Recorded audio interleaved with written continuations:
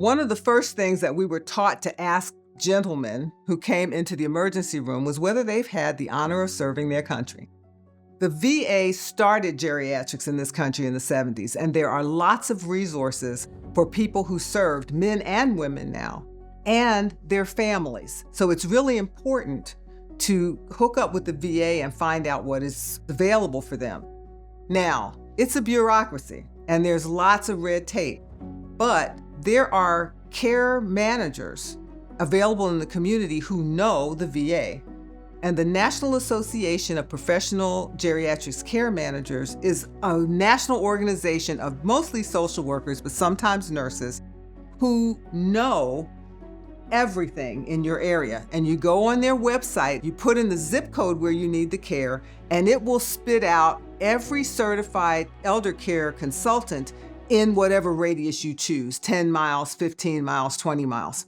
There is a certification required to be on the site. So if somebody is on the site, you can know that they have the education and the training and have passed the exam, so they know how to do this.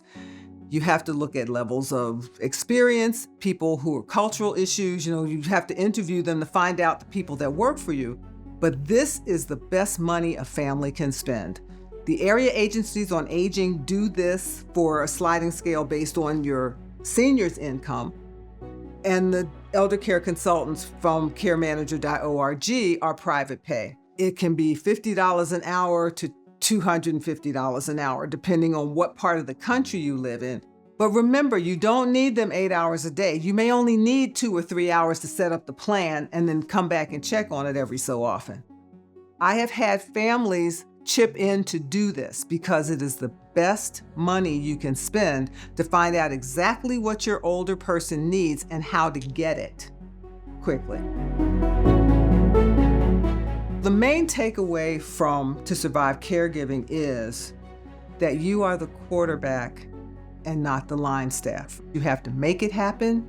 You don't have to do everything yourself, and that you can't do everything yourself. You endanger yourself and the person that you love if you don't take care of their caregiver.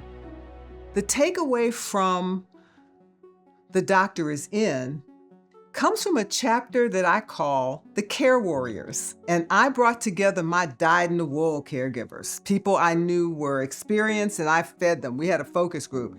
And I showed the chapters, did the outlines with them, and they had so much wisdom that I gave them a chapter of their own. And this bracelet that I wear is I Am a Care Warrior, because these people knew what they were doing, and that's the last chapter of the book.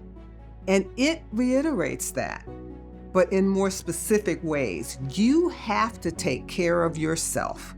You have to let go of your guilt. You have to realize that you are human. Nobody's going to do this purposely. And you also have to be flexible, because what worked today ain't gonna work tomorrow. You have to be ready to change and adapt and to garner your resources. And that's what they wanted everybody to know.